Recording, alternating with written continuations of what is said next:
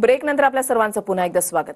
अभिनेत्री सोनाली कुलकर्णीच्या घरी देखील बाप्पा विराजमान झालेले आहेत। गेल्या 5 वर्षांपासून सोनाली घरीच बाप्पाची मूर्ती घडवते आणि यंदाही सोनालीने घरी बाल गणेशाची मूर्ती साकारली आहे। तर दुसरीकडे स्वप्नील जोशीच्या घरी सुद्धा बाप्पाचं आगमन झालंय।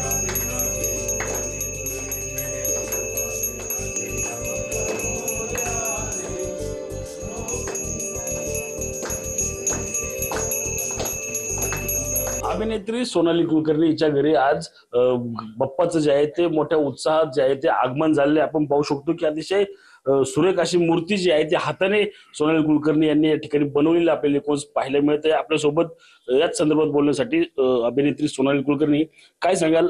हाताने दरवर्षी तुम्ही मूर्ती बनवली, यावेळेस वेगळं पण आपल्याला पाहायला मिळते त्यात। दरवर्षी काहीतरी वेगळं करूया असाच प्रयत्न असतो आणि मी आणि अतुल माझा भाऊ आम्ही मिळून खरं तर तो करतो आणि मी त्याला सहकार्य करते, त्याला मदत करते। शाडूची माती आहे आणि शंकराची पिंड आहे आणि त्याच्याबरोबर आमचा हा बालगणेश आहे। दरवेळेसचा गणपती ह्यावेळेसचं काय वेगळं पण आहे का? काय नाही, खरं तर मला असं वाटतं वर्षभर आपल्या सगळ्यांसाठी वेगवेगळं जातं आणि आपल्या वर्षभर वेगळ्या अडचणी असतात, आव्हानं असतात, आनंदाचे क्षण असतात, काही अचीवमेंट्स असतात। या सगळ्यामध्ये वर्ष कसंही गेलं तरी गणेश उत्सव जेव्हा येतो तेव्हा आपल्या सगळ्यांसाठी तो तसाच असतो, सारखाच असतो आणि वर्षानुवर्ष गणेश उत्सवाबद्दलची ओढ असेल किंवा ती उत्सुकता असेल ती तेवढीच असते। त्यामुळे गणेश उत्सव यंदाचाही नेहमीप्रमाणेच आहे। रणजित जाधव, TV9 मराठी।